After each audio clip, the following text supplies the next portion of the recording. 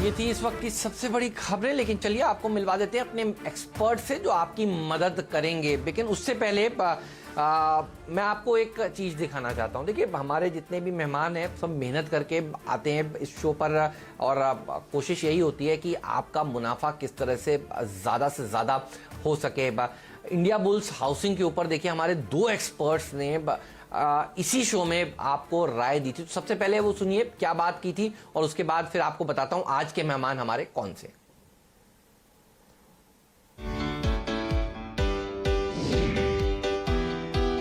India bull ने last 4 साल में 12,000 करोड़ तो सिर्फ डिविडेंड दिया है।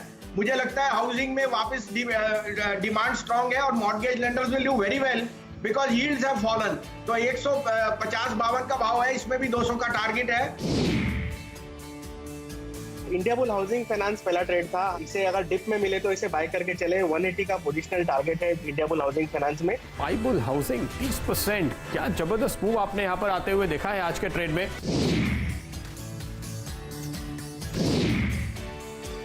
अगर आपने मुनाफे की तैयारी देखा तो देखिए आपने ये सब पाया। अगर आपने पहला सौदा देखा तो आपने इस तरह के ट्रेड्स पाए। तो आज के मेहमान बता दूं आपको कौन कौन से हैं।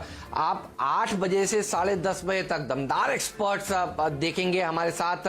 विलियम ओनील के equity research head Mayuresh Joshi हमारे साथ होंगे।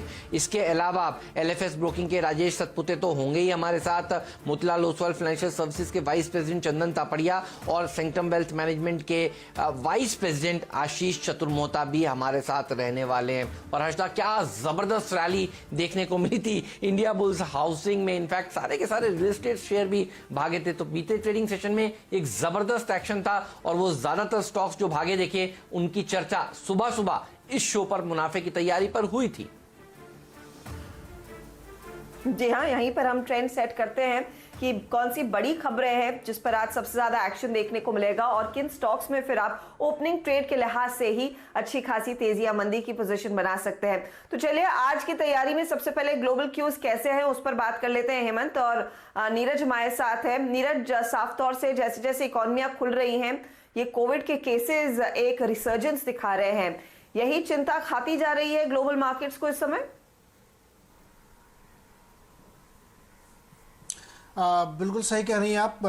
पूरे वीकेंड के दौरान और पिछले 24 घंटे में कोरोना केसेस बहुत ज़्यादा बढ़े हैं। वो एक चिंता है दुनिया में, क्योंकि जैसे जैसे ओपन हो रहा वैसे वैसे केसेस बहुत बढ़ रहे हैं। तो 3-4 देश हैं जहाँ से अमेरिका में सबसे ज़्यादा दिक्कत आ रही है। वहाँ जो रीओपनिंग वाले स्टेट्स हैं वहाँ पे बढ़ रही है। ब्राज़ील में तो एकदम आउटब्रेक जैसी सिचुएशन बन रही है, और अमेरिका के अलावा भारत में भी जो है 4थे नंबर पे है। यहाँ पे भी काफ़ी केस बढ़ते हुए दिखे हैं।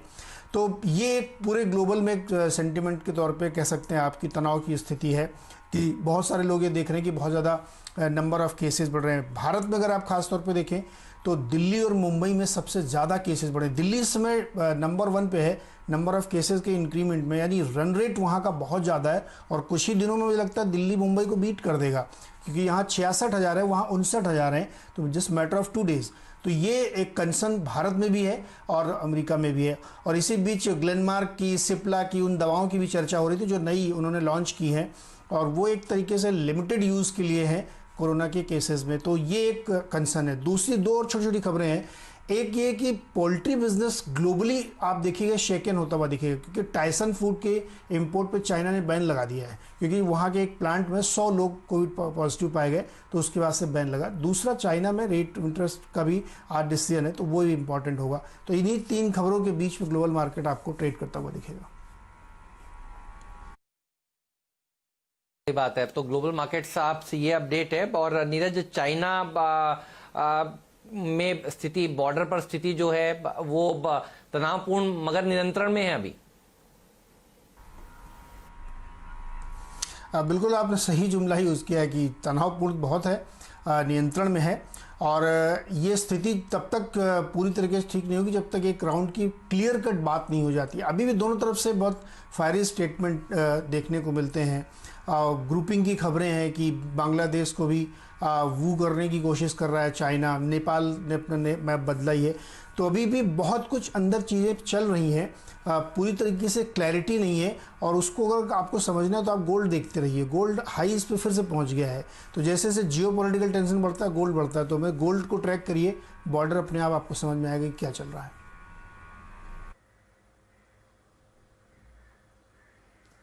तो सोना देखिए ट्रिगर पॉइंट रहेगा, और सोने में हम देख भी रहे हैं कि गोल्डमैन सैक्स ने अब $2000 का नया टारगेट दे दिया है।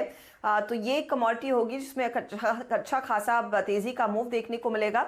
और इसे आप इक्विटी से भी जोड़कर देखेंगे तो कई आपको ट्रेडिंग आइडियाज भी मिलेंगे, टाइटन हो, TBZ हो, उस पर भी आगे डिटेल में बात करेंगे। लेकिन डेटा पॉइंट्स क्या सजेस्ट कर रहे हैं, देखिए हफ्ता सबसे इंपॉर्टेंट है।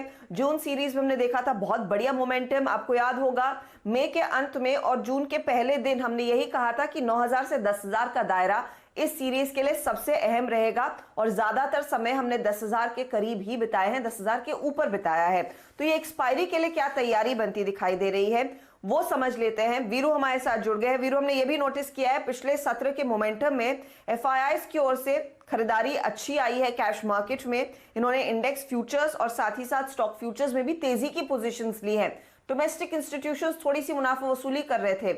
ये बताइए आज के लिए ट्रेंड निफ्टी का क्या बन रहा है, कौन सा लेवल इंपॉर्टेंट रहेगा? Good morning Harshita, good morning Hemant. देखिए स्टैट्स बहुत स्ट्रॉन्ग है अगर आप निफ्टी और निफ्टी बैंक के देखें, स्पेशली अगर आप निफ्टी बैंक वर्सेस निफ्टी देखें तो निफ्टी एक एडवांटेज कैरी कर रहा है और वो है एक्यूट स्ट्रेंथ ऑफ रिलायंस। तो ये जो मैंने बात शुरू में कही इसका एक क्रक्स भी है, वो मैं इनफैक्ट जब निफ्टी बैंक की स्ट्रेटेजी लूंगा वो समझाऊंगा, लेकिन वो एक क्रक्स है इस हफ्ते का। FIs ने 1237 करोड़ रुपए की बाइंग करी, उनकी तरफ से बाइंग आ रही है अच्छी कैश मार्केट में, और 880 करोड़ रुपए का DIs का सेल फिगर है। तो ग्लोबल न्यूट्रल भले ही रखूं मैं, लेकिन FIs के स्टेट्स बहुत अच्छे हैं, DIs न्यूट्रल इसलिए क्योंकि उन्होंने सप्लाई बहुत दिनों बाद की है। और टेक्निकल और F&O सेटअप हमारा हर्षता आज के लिए बहुत स्ट्रॉन्ग है। कैसे? FIs ने 511 करोड़ रुपए की बाइंग करी इंडेक्स फ्यूचर्स में, 10,000 कॉन्ट्रैक्ट लॉन्ग इंडेक्स पे गए, वो 490 कॉन्ट्रैक्ट शॉर्ट को कवर कर लिया उन्होंने। 1160 करोड़ रुपए की उन्होंने स्टॉक फ्यूचर में बाइंग करी और करीब 9400 यानी क्लोज टू 10,000 कॉन्ट्रैक्ट लॉन्ग थे, और यहां भी 400 कॉन्ट्रैक्ट शॉर्ट कवर करे। लेकिन सबसे गौर करने लायक चीज क्या है, इंडेक्स ऑप्शन में उनकी फिगर 24,000 कॉल लॉन्ग करी, एट द मनी कॉल्स पे वो लॉन्ग गए 10,300, 10,200, 10,400, और कॉल शॉर्ट भी थी सेम क्वांटम में 22,000 कॉल शॉर्ट थी। कॉल शॉर्ट किन स्ट्राइक्स पे गए वो, ये क्रक्स है, याद रखिए 10,500, 10,600 के जोन में। यानी इस एक्सपायरी वीक के लिए 10,500, 10,550 आपके पिक्चर के अंदर आ रहा है। हेमंत, हमारा exactly 200 day exponential moving average आता है करीब 10,550 के जोन में। अब सिर्फ एक यही एवरेज बाकी है जिसको हमें अचीव करना है, जिसके पास हमें जाना है। और क्योंकि इससे पहले कॉल लेटर कोई नहीं है, तो आप मंथ इस वीकली प्रोस्पेक्टिव से ये टारगेट लेके चल सकते हैं 10,500, 10,550। यहीं पे अब सबसे स्ट्रॉन्ग कॉल राइटर्स खड़े हैं। लेकिन हम अपने ट्रेड को और अच्छा कैसे कर सकते हैं, ये खुशकिस्मती है हमारी कि आज हमें एक डिप मिल रहा है। याद रखिए एक बेस था 10,150, 10,135, लेकिन मैं उसका जिक्र इसलिए नहीं करूंगा क्योंकि सुबह SGX निफ्टी उसके नीचे था। जो भी ग्लोबल मार्केट है उसके चलते अगर आप इस जोन में ओपन होते हैं तो याद रखिए आपका बेस आता है 10,000 और 10,050 के बीच में। 10,000 और 10,050 के बीच में आपका 100 डे एक्सपोनेंशियल मूविंग एवरेज है जो अब फ्लैट हो चुका है। तो बाय ऑन डिप्स आज के लिए मेरे ख्याल से ये 10,150, 10,210 का क्लस्टर जो है वो बाय के लिए अच्छा होगा। पहला टारगेट मेरा लास्ट सेशन का टारगेट था 280, वो अचीव हो गया। अगेन 300, 328 एक रेजिस्टेंस पॉइंट रहेगा, लेकिन मैं अपने ट्रेड्स को ओपन रखना चाहूंगा for a possible target of 10,550। Stop losses 10,000, 10,053 के बीच में रखिए। अच्छी स्ट्रेंथ है 10,000, 10,050 बेस है, लेकिन पिक्चर में अब 10,500, 10,550 है। हेमंत, ठीक बात है। तो देखिए buy on each and every dip वाला मार्केट है। 10,000 के ऊपर देखिए अब हमने काम करना शुरू कर दिया है। 10,200 के ऊपर अब देखिए आप टिक गए हैं। तो आगे यहां से तेजी और देखने को मिल सकती है। लेकिन बैंक निफ्टी के लिए इंपॉर्टेंट लेवल्स बताइए। और देखिए मैं देख रहा हूं बैंक्स में जो अब बाइंग नजर आ रही है, और पिछला हफ्ता इतना इवेंट भरा था, लेकिन शुक्रवार का सेशन आप देखिए आईसीआईसीआई बैंक जैसे स्टॉक में 650 करोड़ रुपए की डिलीवरी बेस्ड बाइंग हुई है। टेलीकॉम स्टॉक भारती एयरटेल में देखिए 1200 करोड़ की डिलीवरी बेस्ड बाइंग हुई है। और रिलायंस इंडस्ट्रीज जिसका जिक्र आपने किया 2700 करोड़ की डिलीवरी बेस्ड बाइंग अब हो रही है। तो जो लोग अब तक नहीं खरीद रहे थे देखिए वो अब